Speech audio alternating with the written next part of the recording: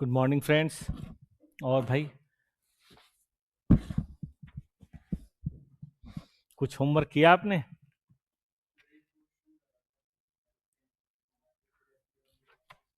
Question हुआ कि नहीं वैसे? चलिए, ठीक है ना, सब करते हैं। हम लोग एनआरवी की बात कर रहे थे और नंबर 13 तक आ गए थे, है ना? ये 14 भी देख लिया था। 14 हो गया था, है ना? और 15 मैंने कहा था कि भाई आप जरा देखना। आइए देखते हैं।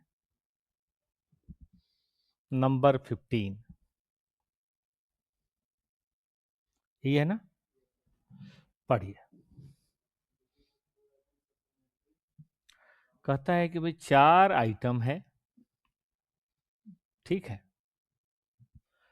कितना इन्वेंट्री है इसके लिए हमने एक काउंट किया, यानी कि फिजिकल वेरिफिकेशन किया। आइटम 1 2 मतलब नाम है, B1 C1 जो भी है, ये कॉस्ट है, ये सेल प्राइस है, ये सेलिंग कॉस्ट है। आपको वैल्यू करना है। तो देखिए कॉस्ट ये तो हो गया पहली बात, और यहाँ पे आ जाएगा, बताइए क्या? एनआरवी। ठीक बात है कि नहीं? जैसे इसका कितना हो जाएगा 7300, इसका हो जाएगा 17800, इसका हो जाएगा 16000, और इसका हो जाएगा कितना 7350। अब वैल्यू की बात करेंगे हम, तो 8000 और 7300 कौन सा सिलेक्ट होगा? एनआरवी। 14000 और 17000 कौन सा सिलेक्ट होगा? 16000 और 16000 दोनों में से कोई भी सिलेक्ट कर लीजिए।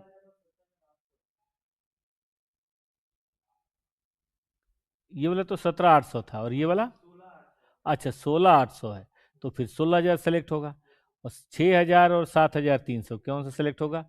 6000। रही बात यूनिट की, तो यूनिट हमें दिया नहीं है, एक एक यूनिट ही रहा होगा।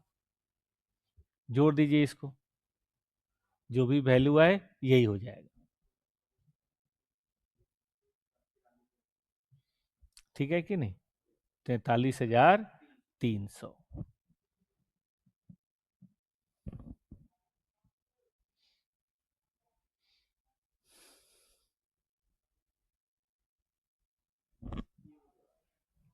हो गया था।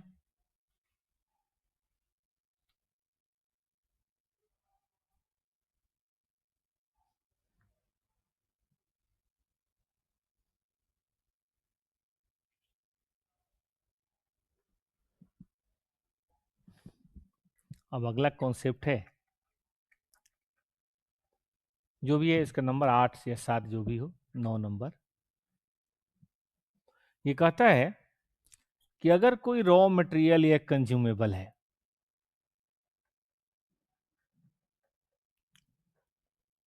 Which is used for finish product,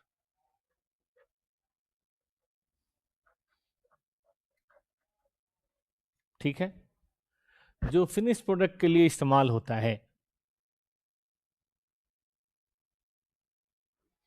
ठीक है, which is use for finish product.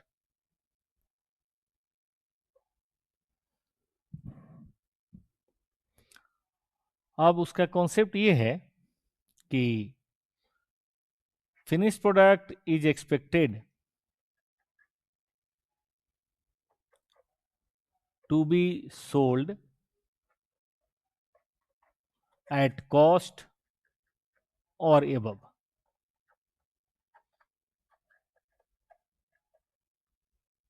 तो ऐसे केस में raw material will not be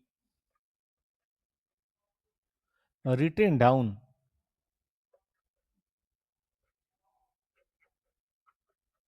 below cost even if its NRV is below cost। बहुत बढ़िया कॉन्सेप्ट है। एग्जाम्पल, मान लीजिए कि हमने प्लाई खरीदा है और प्लाई से हम बनाते हैं फर्नीचर, ठीक है। प्लाई खरीदा है हमने, उसकी कॉस्ट है सपोज करिए कि 32 रुपये स्क्वायर फीट, ये उसकी कॉस्ट हमने जो खरीदा है। अब इसमें हम और भी सारे खर्चे करेंगे, मान लीजिए 5 रुपये, 10 रुपये, 20 रुपये और लेबर वगैरह खर्चे वो करेंगे। फर्नीचर बनेगा 52 रुपये स्क्वायर फीट, ये कॉस्ट हो गई उसकी। लेकिन हमें लगता है कि हम इसको सेल कम से कम 70 रुपये पे करेंगे, ये एस्टिमेटेड सेल है, ठीक है, स्क्वायर फीट। तो ये हो गई कॉस्ट की बात। अब मान लीजिए इसका मार्केट प्राइस आजकल डाउन हो गया है, होता है ना भाई, सामान का कई बार दाम कम हो जाता है। अब मार्केट प्राइस या आप एनआर भी कहिए डाउन होकर 25 रुपये हो गया है, और हमारे पास बहुत सारी प्लाई पड़ी हुई है, लेकिन फिर भी हम प्लाई को मार्क डाउन नहीं करेंगे, क्योंकि हमने कौन सा प्लाई बेचना है। मार्केट में रॉ मटेरियल दाम कम भी हो जाए तो हमें क्या, हमें कौन सा बेचना है, हमें तो बेचना है क्या है, फर्नीचर। और हमें पता है फर्नीचर लॉस में नहीं बिकेगा, फर्नीचर बिकेगा प्रॉफिट में। तो हमें इसे मार्क डाउन करने की जरूरत नहीं है, even if NRV is below cost, ठीक है कि नहीं। हाँ बताइए। मतलब यही कॉस्ट होगा और इसी पे वैल्यू होगा,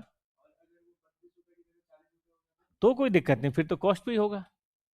प्रॉब्लम मार्कडाउन की है ना, बढ़ने पे तो हमें कभी बढ़ाना होता नहीं ना, ठीक है। लेकिन but if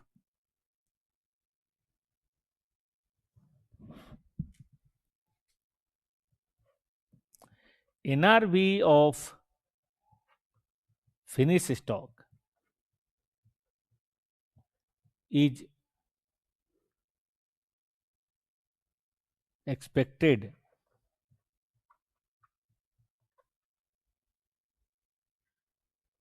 to be lower than cost of finish stock, मतलब माल हम बना के बेचेंगे वही सस्ता बिकेगा, ठीक है, then raw material is to be mark down. अब आप इसको जरूर और जरूर कम करेंगे।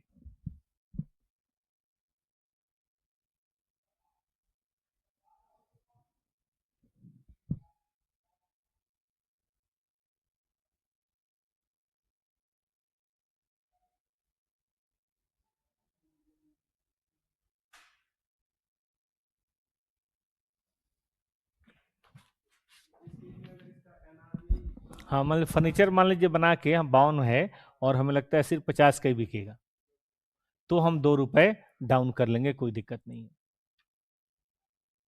मतलब अब देखिए ना, 50 माइनस, हाँ 50 माइनस 20 कीजिए, तो एनआरपी कितना हो जाएगा, 30, और हमारी कॉस्ट कितनी है, 32, तो हम इसको कहाँ पे थोड़ा कम करके 30 पे कर लेंगे। मतलब सारा खेल ये है कि फिनिश प्रोडक्ट, क्योंकि हमें रॉ मटेरियल तो बेचना नहीं है, फिनिश प्रोडक्ट में मेरा कॉस्ट निकल पाएगा कि नहीं। अगर फिनिश प्रोडक्ट में कॉस्ट निकल जाए तो मार्कडाउन करने की जरूरत नहीं है, अगर फिनिश प्रोडक्ट में कॉस्ट नहीं निकले तो हमें मार्कडाउन करना ही पड़ेगा। रॉ मटेरियल के करेंगे, फिनिश प्रोडक्ट तो बना ही नहीं ना अभी। हम तो ये सोच रहे हैं कि ये प्लाई कल को कुर्सी बनेगी, टेबल बनेगी, फर्नीचर बनेगा, क्या वो इसकी कॉस्ट निकाल पाएगा। यस, कोई मार्कडाउन की जरूरत नहीं, भले प्लाई का कॉस्ट कम हो गया, लेकिन अगर वो भी नहीं कर पाएगा क्योंकि प्लाई का कॉस्ट कम हुआ, हमें लगता है कि भाई फिनिश प्रोडक्ट भी सस्ता ही जाएगा, तो फिर ऐसे सिचुएशन में हम प्लाई की कॉस्ट को मार्क डाउन कर लेंगे, तब छोड़ने की जरूरत नहीं है, ठीक है। अब आइए एक क्वेश्चन देखते हैं, क्वेश्चन नंबर है 16। देखिए,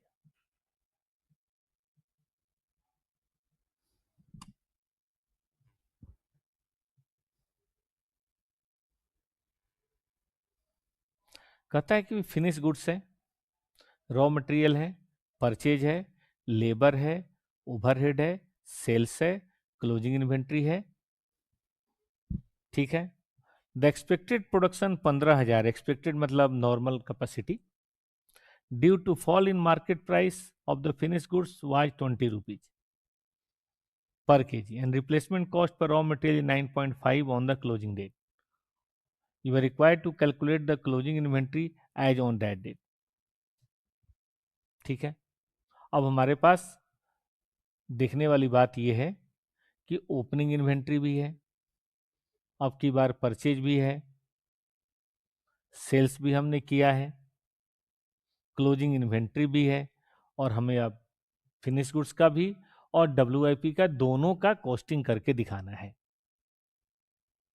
ठीक बात है, पहले क्वेश्चन एक बार आराम से देख लीजिए, फिर हम लोग बात करते हैं।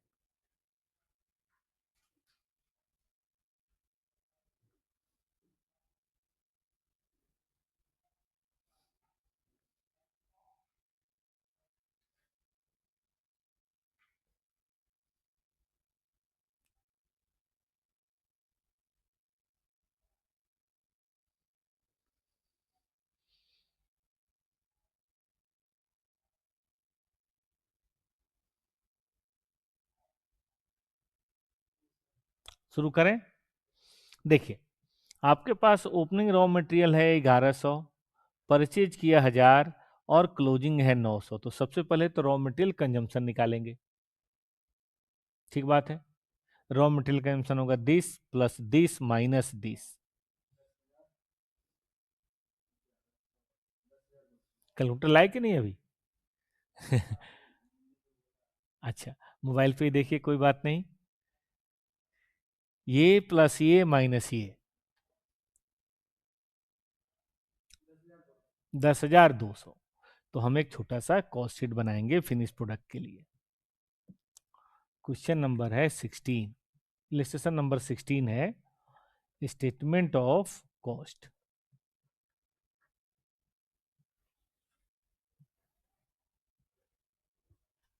देखिए, रॉ मटेरियल कंज्यूम्ड, हम इसके लिए ओपनिंग स्टॉक लेंगे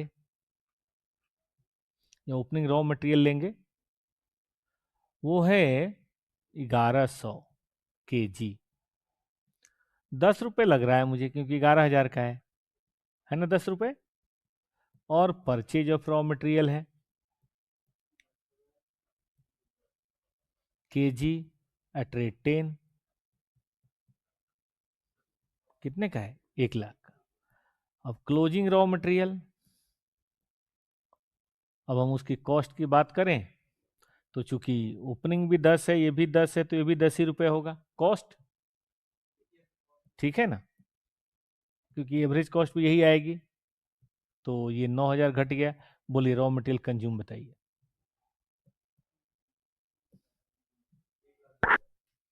1,02,000।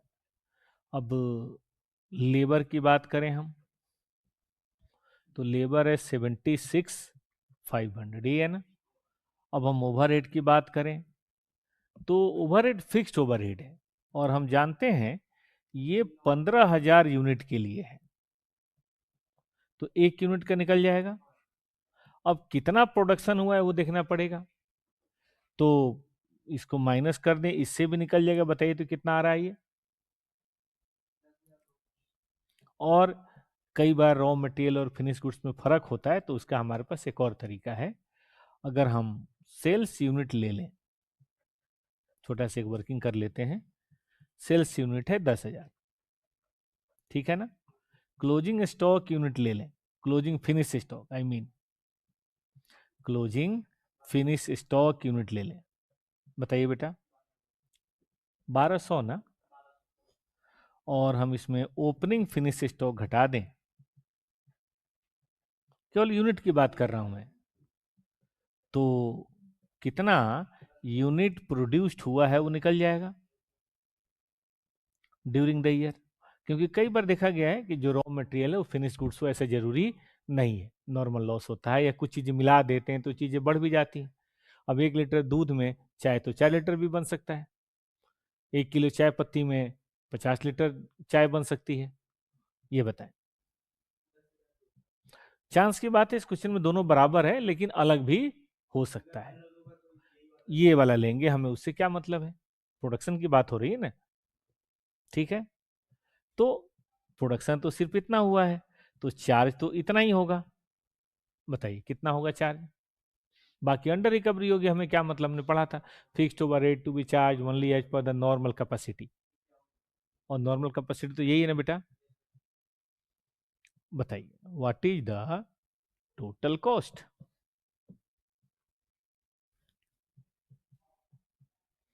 ऑफ प्रोडक्शन, जोड़िए।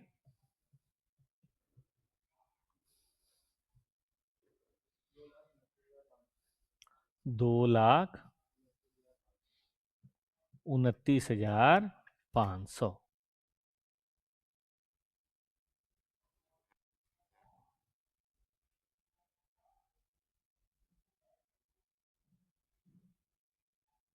2,29,500।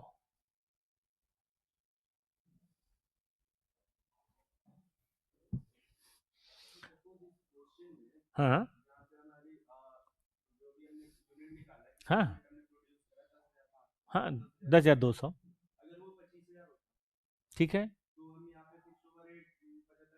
अब देखना पड़ता 15,000 और 25,000 में बहुत गैप है। क्या वो abnormally high production due to any reason है? अगर है तो हम 25,000 से भाग देते, पर यूनिट उसके हिसाब से निकलता। ठीक है कि नहीं? हाँ हाँ, करिए ना, पहले इसको कंप्लीट कर लेते हैं। चलिए चलिए कर लीजिए नोट, करिए, कर लीजिए, इतना नोट कर लीजिए, कोई बात नहीं, आप भी कैलकुलेशन में साथ रहेंगे।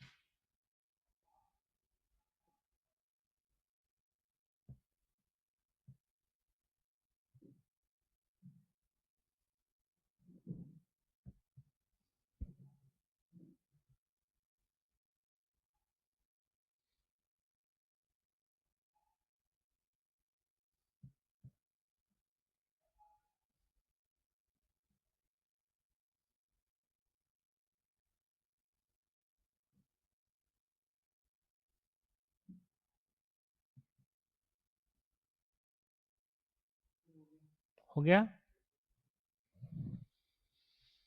चलिए,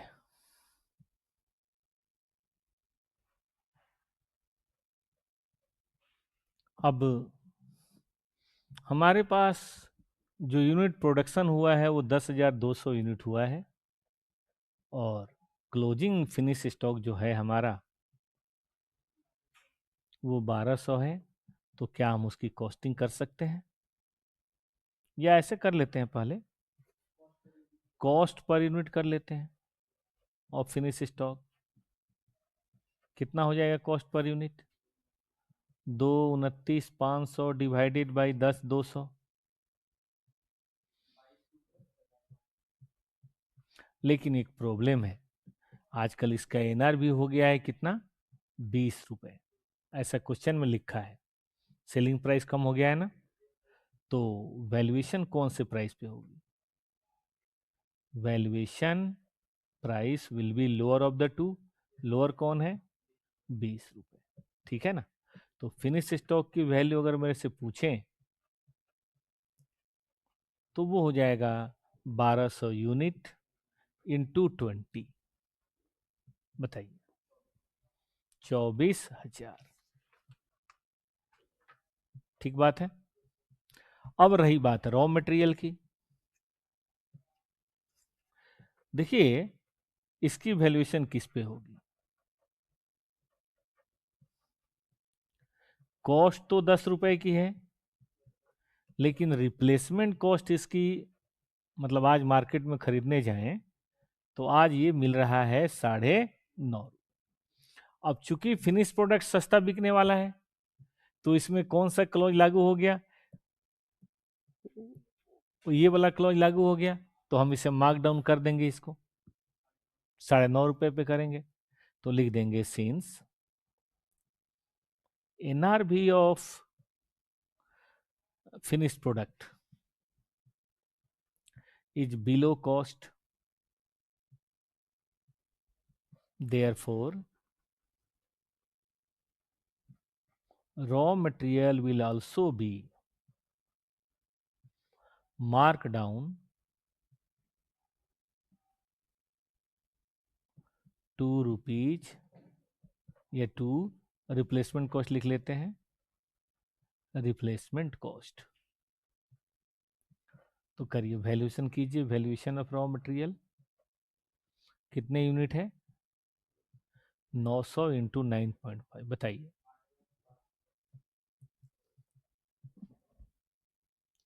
8,550। ठीक बात है। तो रॉ मटेरियल का कॉन्सेप्ट भी हम लोगों ने देख लिया।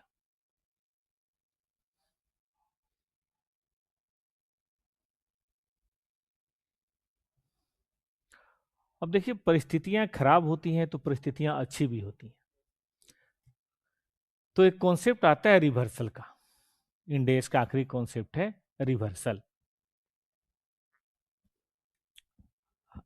हटा दें इसको, नोट कर लीजिए, तब हटा दें। आइए, आप 2 कॉपी बना लें तो ज़्यादा अच्छा रहेगा। एक कॉन्सेप्ट का हो जाएगा और एक प्रैक्टिस का हो, जैसे हम लोगों ने इंटर में बनाया था। उससे रिवीजन करने में आसानी हो जाता है। प्रैक्टिस तो करते रहेंगे, लेकिन रिवीजन के लिए फटाफट रिवीजन हो जाएगा। हाँ, पतली वाली कॉपी तो नहीं बहुत ज़्यादा काम करेगी, लेकिन ठीक ठाक लीजिए, क्योंकि कंटेंट बहुत ज़्यादा है ना। रिटेन डाउन, देखिए किसी कारण से हमने यहाँ पे चीज़ों को डाउन कर लिया। अब यहाँ पे ईयर एंड हो गया, हमने राइट डाउन कर लिया। परिस्थिति बदली, अगले साल फिर अप हो गया, है ना। तो फिर ईयर एंड आया, तब तक दाम इसका बढ़ गया था। खरीदा 30 रुपए था, बीच में कम होके हो गया था ये 25। ठीक है, और अब मार्केट प्राइस फिर बढ़ के हो गया है 35। तो यहाँ पे जो वैल्यूएशन करेंगे वो कितने पे करेंगे? 25 पे करेंगे, कॉस्ट और market price which is lower. और यहाँ वैल्यूएशन करेंगे वो कितने पे करेंगे? 30, या बुक वैल्यू 25 हो गई है। बुक वैल्यू से मतलब नहीं, कॉस्ट से मतलब है। कॉस्ट और market price which very lower, या एनआर विच वेरी लोअर। तो यहाँ पे वैल्यूएशन 35 पे नहीं होगा, बताइए कितने पे होगा? 30 पे। 30 से ऊपर तो कभी जा ही नहीं सकता। मतलब if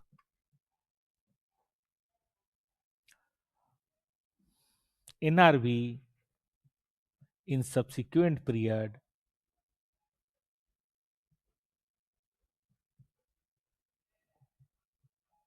is increased, then valuation should be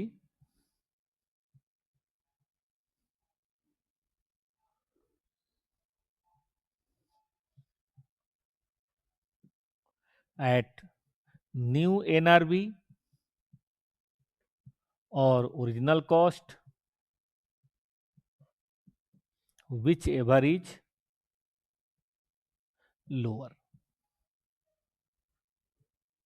जो दोनों में कम हो, हम उस पे उसको कर सकते हैं, और इस बात को बोलेंगे हम कि मार्कअप हुआ है, मैं ऊपर की तरफ बढ़ा है।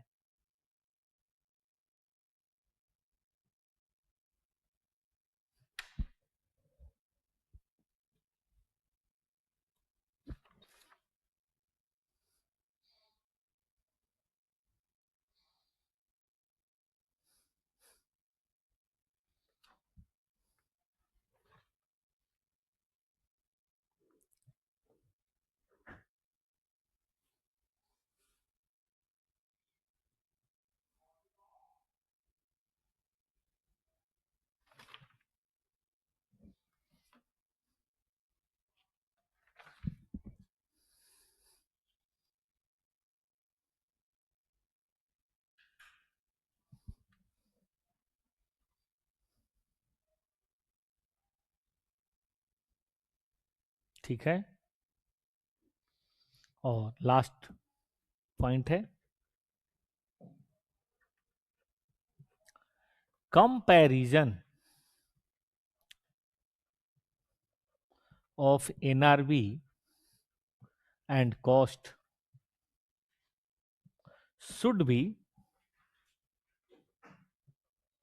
on item to item basis. Item to item basis करना है, नॉट ऑन ग्रुप बेसिस।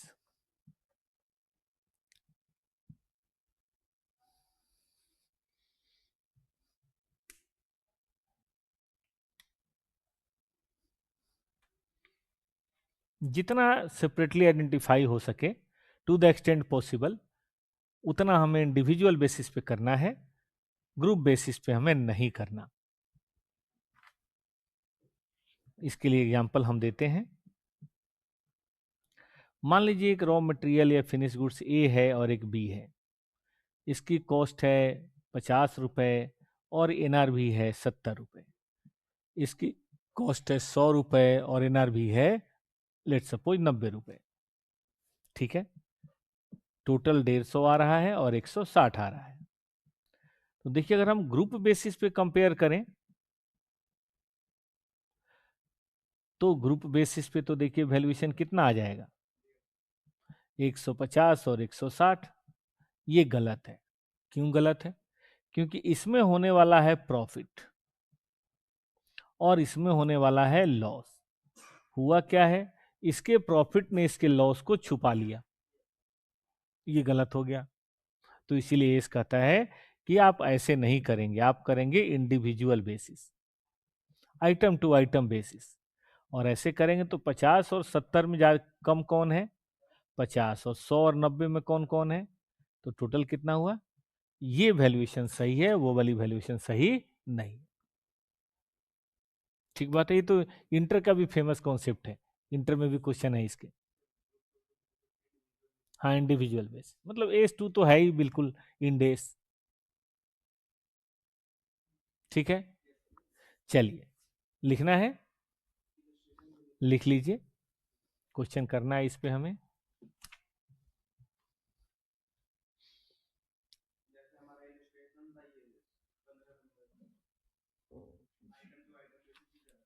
हाँ आइटम टू आइटम बेसिस ही करना है।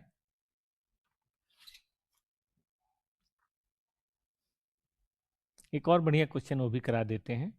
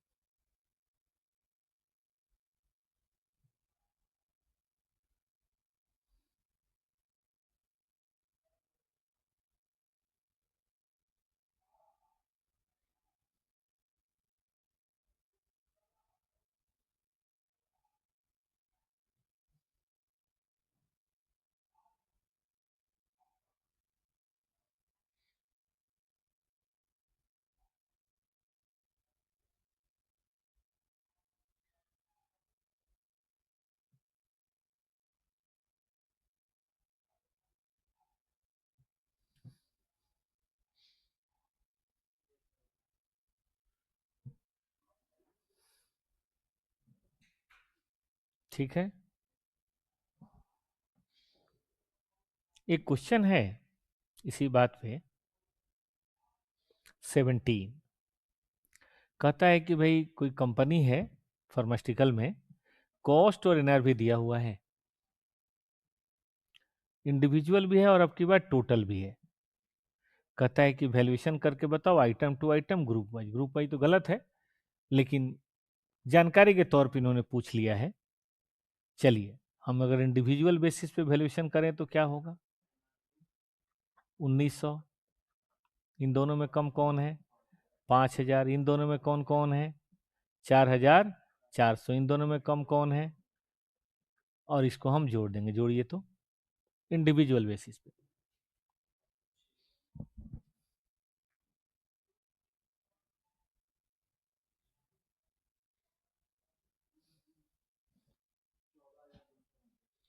14,290।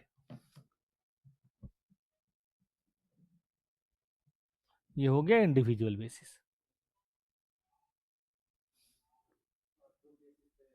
अभी बताते हैं। ये हो गया इंडिविजुअल बेसिस। अब ग्रुप बेसिस पे इन दोनों को कंपेयर कीजिए। तो ये हो गया 14,290, ये हो गया 14,540। और ग्रुप बेसिस पे करना नहीं है, वो तभी करना है जब क्लियरली आइडेंटिफाइड ना हो, सिमिलर, बिल्कुल सिमिलर यूनिट्स हो तभी। अदरवाइज अगर आइटम 1 2 3 4 5 है तो करना तो हमें उसी तरह से है।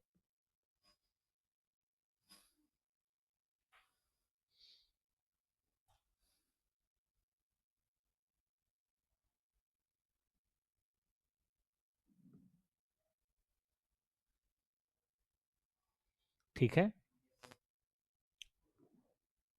चलिए अब छोटा सा एक और कॉन्सेप्ट है, वो भी कर ही लेते हैं।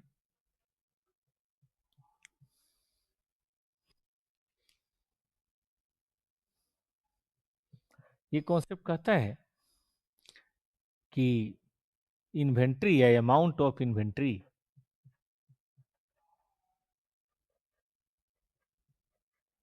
will be recognized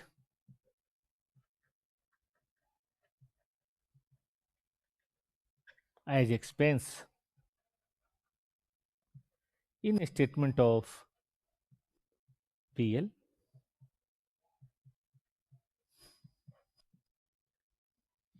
दो चीजें होंगी, एक तो कॉस्ट ऑफ गुड्स सोल्ड, और ये उसी पीरियड में होंगे जिस पीरियड में रेवेन्यू रिकॉग्नाइज हो रहा है। In the period in which related revenue is recognized। Revenue नहीं तो एक्सपेंस कैसा। और दूसरा राइटिंग डाउन ऑफ इन्वेंट्री, अगर कोई रेटिंग डाउन हुआ है तो उसको भी तो एज ए लॉस ही मानना पड़ेगा। Reduced by any reversal of writing down, अगर कभी कोई रिवर्सल हुआ है और अब वो ठीक हो रहा है तो उससे आप उस अमाउंट को कम कर दीजिए। ये तीन चीजें पीएल में जाएंगी।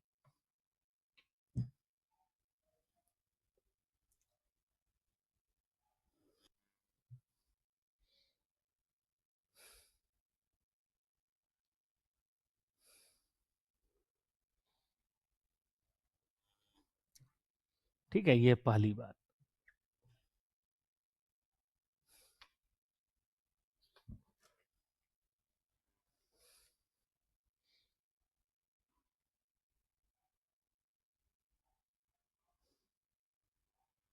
चलें आगे।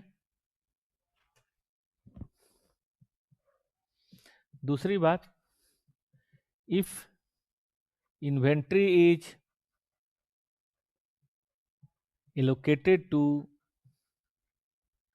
अदर एसेट्स,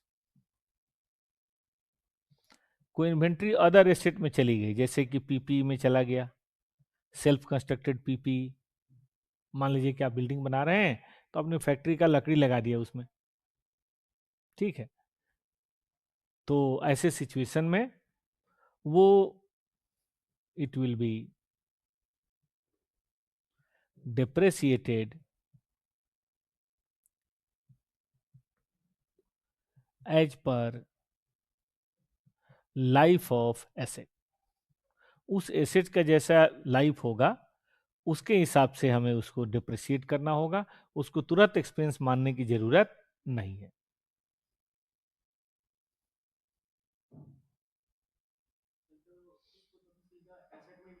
हाँ, वो तो एसेट में कर, यही वो कह रहा है कि एसेट में जिसको इंक्लूड कर लिया उसको एक्सपेंस नहीं मानना, वो तो एसेट बन गया।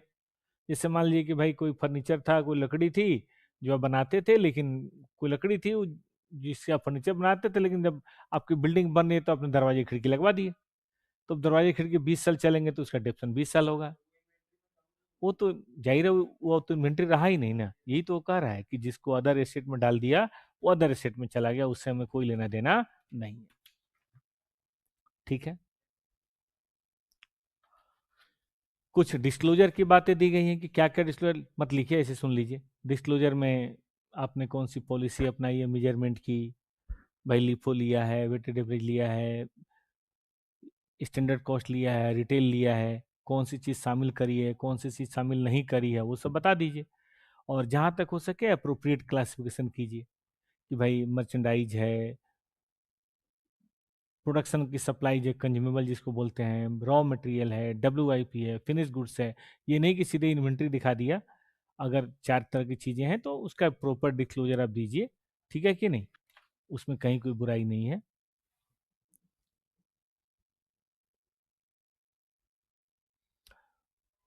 अगर कोई इन्वेंट्री आपने प्लेज किया हुआ है सिक्योरिटी के तौर पे, होता है ना भाई, वर्किंग कैपिटल लोन लेते हैं तो इन्वेंट्री प्लेज कर देते हैं, तो वो आप बताइए कि भाई कितने की इन्वेंट्री आपने प्लेज की हुई है, उसका क्या अमाउंट है।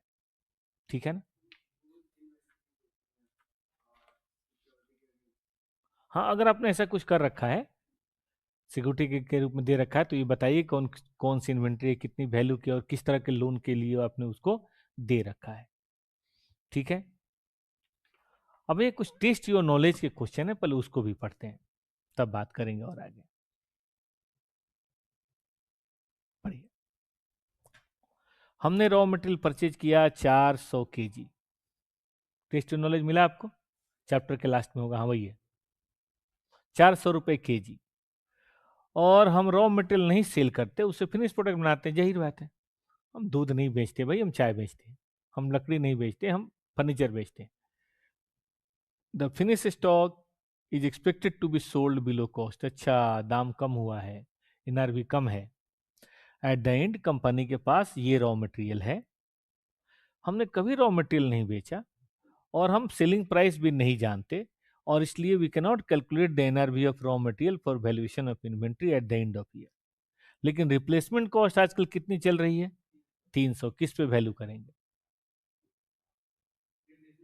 रिप्लेसमेंट कॉस्ट पे कर देंगे। हमें सेल प्राइस तो नहीं पता, लेकिन रिप्लेसमेंट कॉस्ट एक अच्छा रिप्रेजेंटेटर होता है। आजकल 300 रुपये में अगर मार्केट में खरीद के हम लाएंगे, तो बिकता भी उसी रेट पे होगा, यही मान लेंगे हम। ठीक बात है कि नहीं। तो चूंकि फिनिश स्टॉक की वैल्यूएशन कम हुई है, इसका मतलब मार्क डाउन करना तो बनता है। हमने पढ़ा था जब फिनिश स्टॉक कम होता है तो रॉ मटेरियल करते हैं, और हमें नहीं पता है कौन सी रेट पे बिकेगा, लेकिन रिप्लेसमेंट कॉस्ट इनके मार्केट में आजकल मिल रहा है 300 का। तो 400 और 300 कम कौन है, तो हम 300 पे इसकी वैल्यूएशन करेंगे, कहीं कोई दिक्कत नहीं है। ठीक है कि नहीं। 10,000 गुने 300 बराबर कितना, 3 लाख। ठीक है ना, लेकिन वो प्रोविजन हम जरूर लिखेंगे अकॉर्डिंग टू इंडेस। अगर फिनिश स्टॉक कम पे होने की उम्मीद है, तब ऐसे सिचुएशन में हम मार्क डाउन करेंगे। ठीक बात है ना। इस क्वेश्चन में कोई दिक्कत, चलिए और आगे बढ़ते हैं, सारे क्वेश्चन करना है। Sun limited has fabricated special equipment, कोई सोलर पावर पैनल वगैरह करते हैं, as per drawing and design provided by customer. However, due to liquidity crunch, customer requested to postpone the delivery and request the company to withhold the delivery of finished goods and discontinue the production of balance item.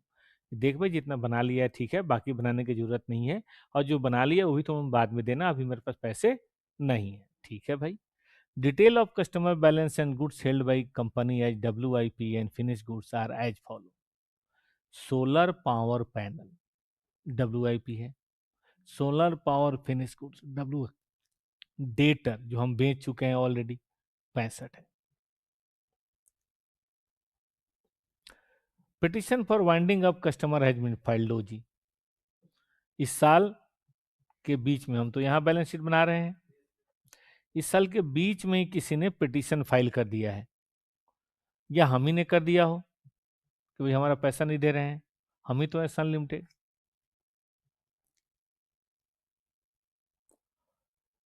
Explain कीजिए provision to be made of this much, comment with explanation on provision to be made of included in sundry debtors. Provision को अपने sanitary में शामिल कर दिया? नहीं, क्या पूछा है? Comment with explanation on provision to be made of this much finish goods WIP, सब के बारे में जुड़ी। तो कितना हो रहा है?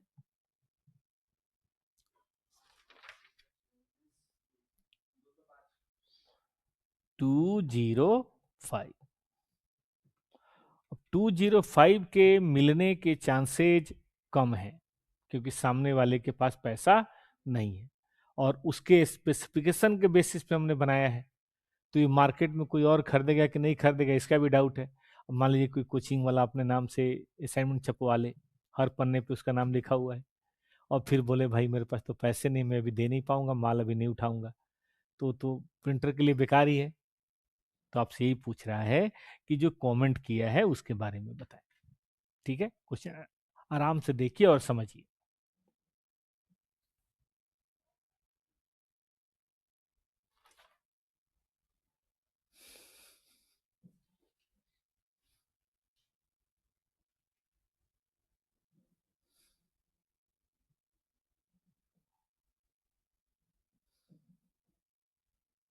ठीक है, तो देखिए इसमें डेटर का तो इंडेक्स नहीं है, डेटर का तो अलग से बनेगा, जब पढ़ेंगे तो पढ़ेंगे, लेकिन इन्वेंट्री के बारे में डिस्कशन कर सकते हैं हम लोग।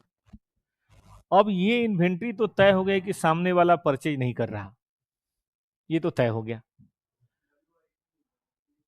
फिनिश प्रोडक्ट भी तो कह रहा है कि हम नहीं लेंगे, उसके पास पैसे भी नहीं है, मतलब कह रहा है बाद में लेंगे, बाद में क्या नहीं लेगा वो, ठीक बात है। तो हमने पढ़ा था कि अगर कोई स्टॉक है और जिसका रिलाइजेशन कम होने की उम्मीद है तो हम उसको NRV पे कर देते हैं। लेकिन अगर वो स्पेशल है, किसी और के काम नहीं आएगा, हमें लगता है कि बिल्कुल बेकार ही जीरो वैल्यू होगी, तो फिर पूरा प्रोविजन बना देंगे। मतलब हम पहले चेक करेंगे कि ये जो इन्वेंट्री है, मैं इन्वेंट्री की बात कर रहा हूं, जो इन्वेंट्री है क्या इसके रिलाइज होने के चांसेस है उससे या मार्केट में। ठीक है, अब ये कितना है? 100 जोड़िए तो 140। अब मार्केट में हमें लगता है कि किसी को बेचेंगे वो 50 दे देगा, या वो हमें 50 दे देगा, तो फिर ऐसे क्वेश्चन में हम 90 का प्रोविजन बनाएंगे। लेकिन हमें लगता है कि ये बड़ा स्पेशल है, मार्केट में कुछ मिलने मिलने वाला नहीं है, तब हम प्रोविजन कितने का बनाएंगे? 100% का, 140 का प्रोविजन बनाएंगे। ठीक है, रही बात डेटर्स की, तो उसमें भी देख लेंगे। हाँ हाँ, उसमें देखेंगे कि भाई क्या परिस्थितियां हैं। अगर ऐसी परिस्थितियां हैं जिसमें हमें लगता है कि भाई पैसा नहीं मिलेगा, तो हम पूरा ही बट नहीं भी माने पूरा प्रोविजन बना देंगे, जब केस खत्म होगा तो देख लेंगे। ठीक है ना? तो इसका रूल यही है कि दोनों में ही हम फैक्ट ऑफ द सर्कमस्टांसेस को देखेंगे, और अगर हमें कुछ पैसा मिल जाने की उम्मीद होगी तो उतना प्रोविजन बनाएंगे, और बिल्कुल नहीं मिलने की उम्मीद होगी तो हम पूरा ही प्रोविजन बनाएंगे, इसमें कुछ भी गलत नहीं। ठीक बात है कि नहीं? चलिए और आगे चलते हैं। हाँ, अलग सा क्वेश्चन आ गया? अरे नहीं, कहाँ? अच्छा, इंटर में भी ऐसा आया था?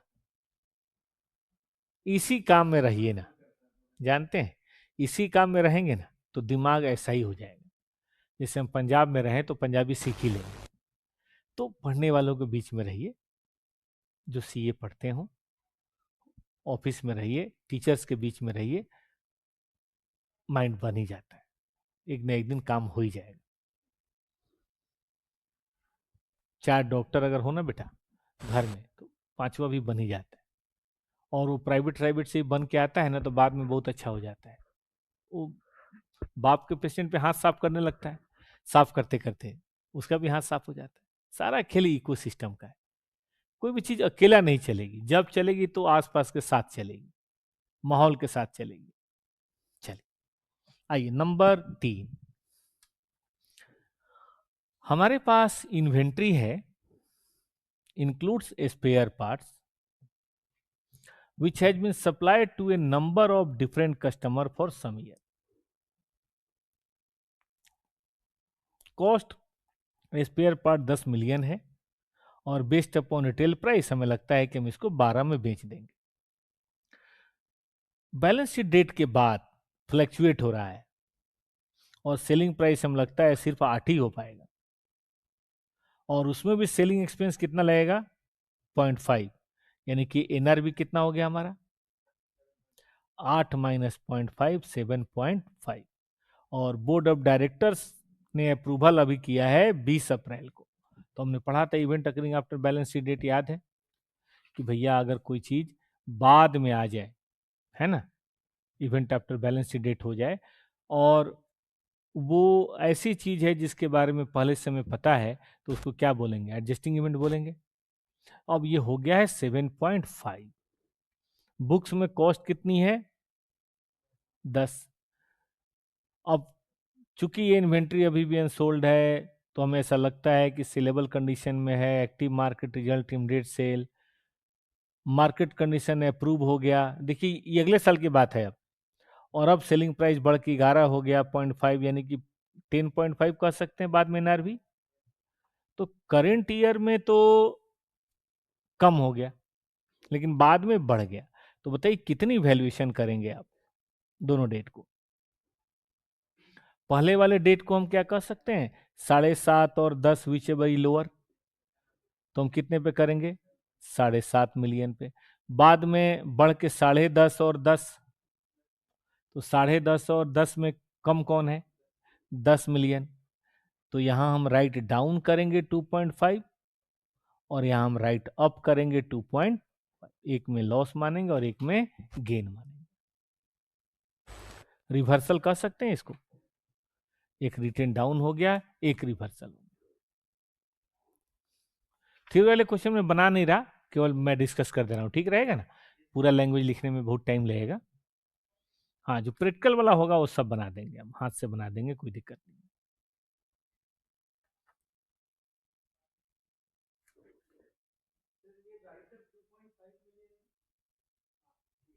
2.5 मिलियन ही होगा ना, 10 से 8.5 7.5 हुआ, फिर 7.5 से 10 हो गया, तो वही तो होगा।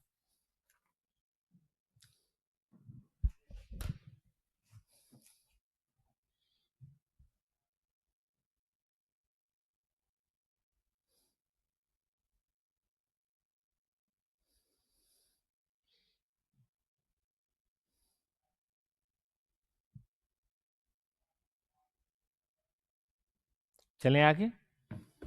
चलिए क्वेश्चन नंबर 4,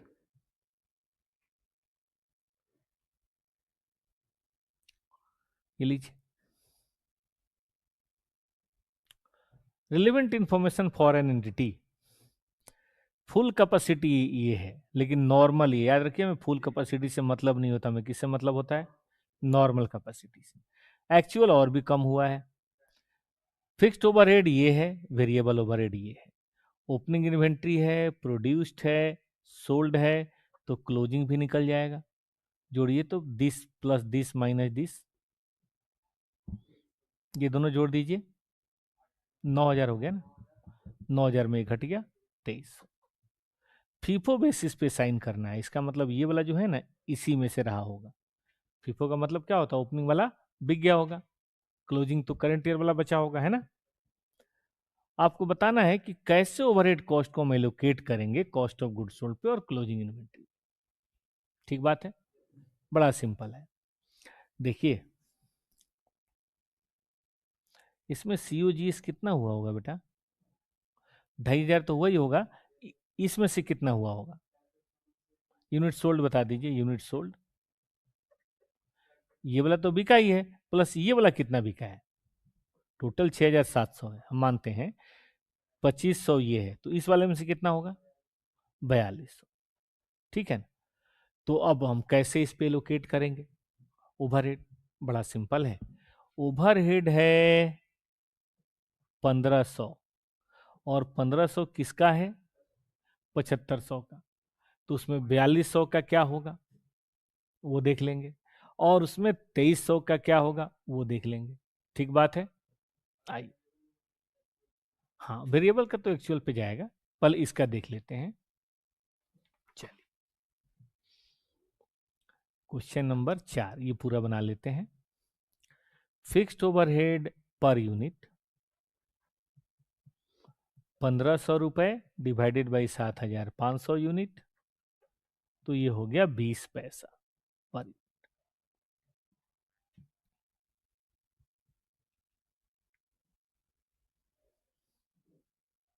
ठीक बात है। और वेरिएबल ओवरहेड की बात करें तो कितना है वेरिएबल ओवरहेड? 2600 डिवाइडेड बाई 6500, ये कितना आ रहा है?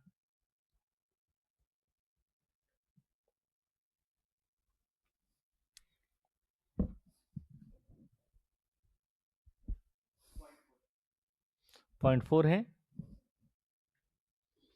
0.4 पर यूनिट। ठीक बात है, सही है ना? अब आप यहां पे ध्यान दें, हमें चार्ज करना है charge of overhead on COGS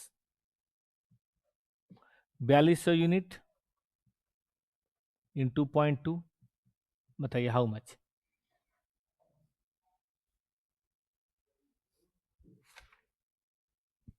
अच्छा, आवर के बेसिस पे है ना, तो ये थोड़ा देखना पड़ेगा कितने यूनिट हमने बनाए थे भैया। नहीं ठीक है, पर आवर ठीक है। हम मान रहे हैं कि भाई 1 घंटा में 1 यूनिट बनता है। देखिए ना यहाँ पे, ये यूनिट है और ये आवर है, 1 घंटा में 1 ही बनता है। चलिए बताइए, बेसिकली पर आवर है और हम मान रहे हैं कि वही यहाँ भी है। बोलिए हाउ मच? 840। ये फिक्स्ड ओवरहेड की बात हो रही है, ठीक है, या ऐसे रख देते हैं फिक्स्ड ओवरहेड। हाँ बोलिए ना, बताइए। हाँ हाँ, तो टोटल यूनिट प्रोड्यूस हमारा 6500 हुआ है ना, 6500 में 2300 क्लोजिंग स्टॉक है, तो बाकी इस पे चार्ज होगा। बताइए कितना? या रुकिए, हम पहले फिक्स्ड ओवरहेड आपको दिखाते हैं। COGS पे आ गया ये। अब क्लोजिंग इन्वेंट्री पे बताइए, 2300 यूनिट इंटू 0.2, बताइए तो कितना हो रहा है? 460। और अंडर रिकवरी कितनी हो रही है? कितने यूनिट कम बनाए आपने? तो 200 रुपए हुआ। बताइए टोटल कितना कॉस्ट हुआ है? हाँ, अब हो गया 1500 का। ठीक है, रही बात वेरिएबल की, तो COGS 4200, रेट है 0.4, बताएं कितना होगा?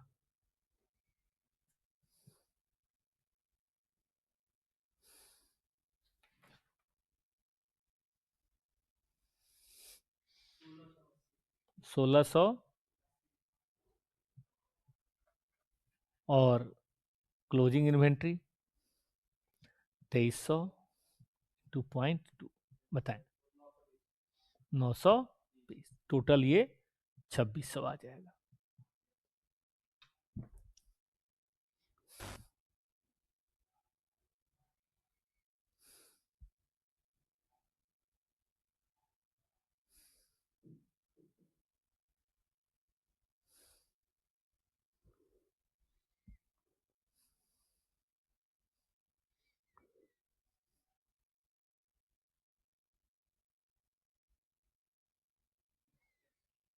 ठीक है ना, ये दोनों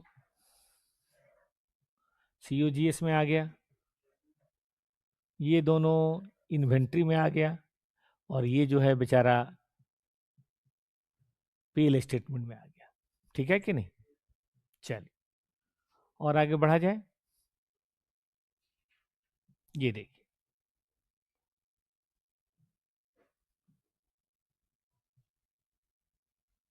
T5 star trading purchase motorcycle from various countries and export, ये तो पढ़ा था क्या? आई थिंक पढ़ा था, चलो कोई नहीं, फिर पढ़ लेते हैं। इनकर्ड एक्सपेंसेस, परचेज किया, ट्रेड डिस्काउंट मिला, इंपोर्ट ड्यूटी दिया, फ्रेट इंश्योरेंस, मेरे ख्याल से ये माइनस होगा, ये प्लस होगा, ये प्लस होगा, अदर हैंडलिंग भी प्लस होगा, सैलरी ऑफ अकाउंट डिपार्टमेंट नहीं आएगा, कमीशन पेबल फॉर अरेंजिंग ये ऐड होगा, सेल्स नहीं होगा, आफ्टर सेल वारंटी नहीं। एडवाइस कर रहा है कि कौन सा आइटम इंक्लूड होगा कौन सा नहीं होगा, तो देख लो कौन कौन सा नहीं होगा, वो बता देता हूं मैं। एफ नहीं होगा, एच और आई नहीं होगा, बाकी तो सब शामिल होना चाहिए। वही है, एफ एच और आई शामिल नहीं होगा, बाकी सब इसमें शामिल होगा। और अगर इन्वेंट्री कॉस्ट बनाना चाहते हैं तो जोड़ दीजिए, उसमें क्या है, हो जाएगा, छोड़ सकते हैं इसको। हाँ वही मैं कह रहा था ना, वो क्वेश्चन था।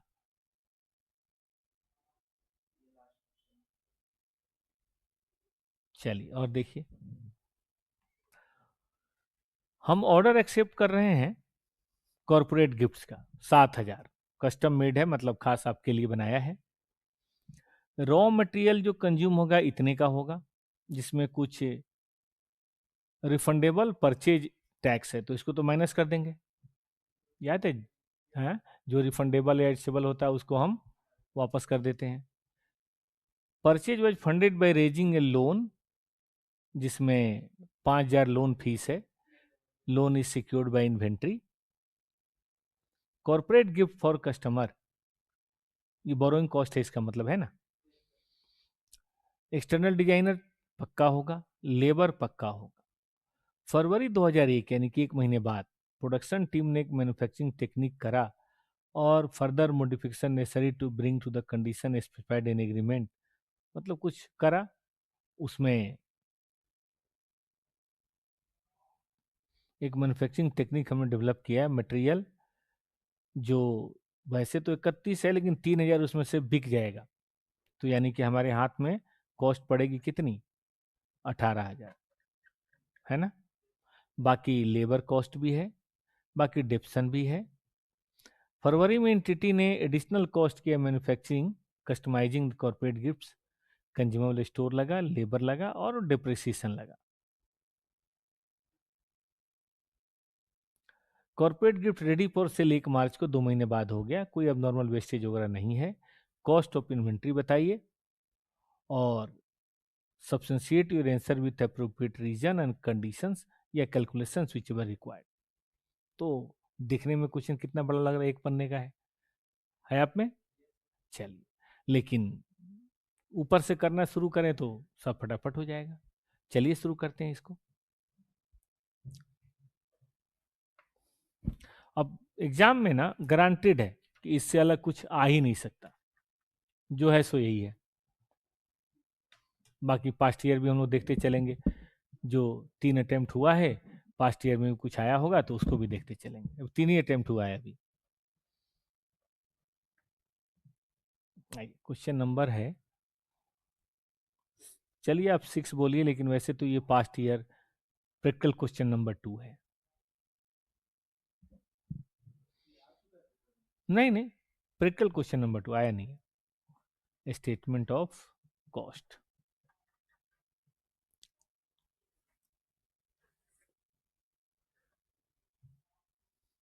ठीक है, चलिए सबसे पहले हम बात करते हैं कॉस्ट ऑफ परचेज।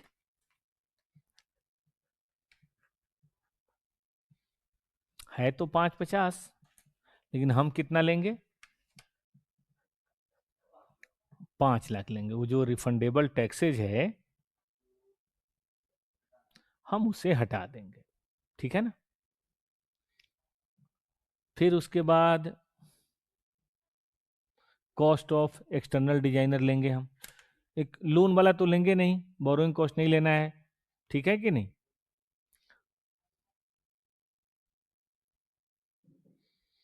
अब कॉस्ट ऑफ एक्सटर्नल डिजाइनर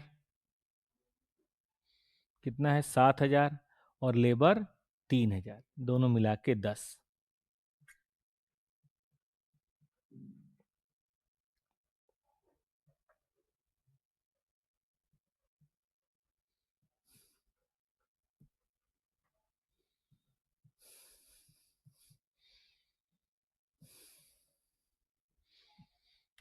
अब नीचे चलिए। प्रोडक्शन टीम ने डेवलप किया एक कोई ऐसी चीज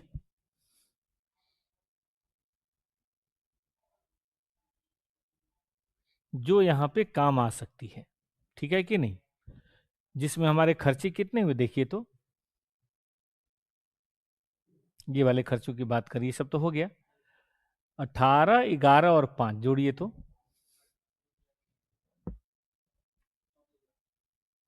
कितना हो रहा है? 34,000।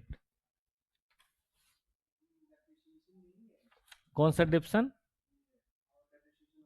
वो तो कुछ और है, वो तो लेंगे ही लेंगे, पहले इसकी बात करेंगे ना। हाँ लेंगे, डिप्शन उस मॉडिफिकेशन प्रोसेस के लिए तो किया है, तो आएगा, बिल्कुल आएगा।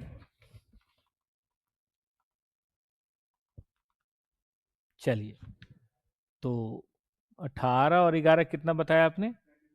29 और प्लस 5, तो टोटल मिलाए कितना हो गया? 34,000। आइए, modification of process cost, material 21। अच्छा नेट है, थोड़ा सा हम लोग गड़बड़ कर रहे हैं, नेट है, इसका मतलब ऑलरेडी रिकवर्ड है, तो कोई बात नहीं, हम पूरा 21 लिख देंगे, उसमें क्या है। और क्या है भाई? लेबर, और क्या है? डेप्रेसिएशन, सब मिलाए कितना हुआ? 37 हुआ। ठीक बात है। और आगे बढ़िए, फरवरी में कुछ और एडिशनल मैन्युफैक्चरिंग कॉस्ट हुआ। कंज्यूमेबल स्टोर 55, लेबर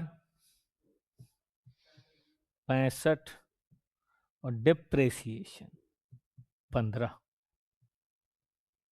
सब मिला के बताइए टोटल कॉस्ट कितना हो रहा है? जोड़िए तो जरा, आपने लिखा है कि नहीं? नहीं लिखा हो तो लिखिए।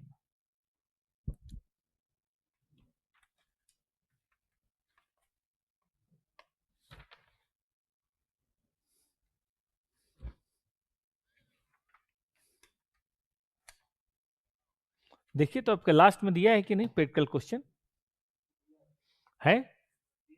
हाँ फिर ठीक है, उसको भी करते चलेंगे ना हम लोग। Sumit good afternoon. भाई ऑफिस से देख रहे हो, गलत बात है, ट्रेनिंग करो, ठीक है कि नहीं? ऑनलाइन देख रहे हैं सुमित, शाम में सुमित तुम देख लेना है ना, ट्रेनिंग खूब मन से करना चाहिए ना।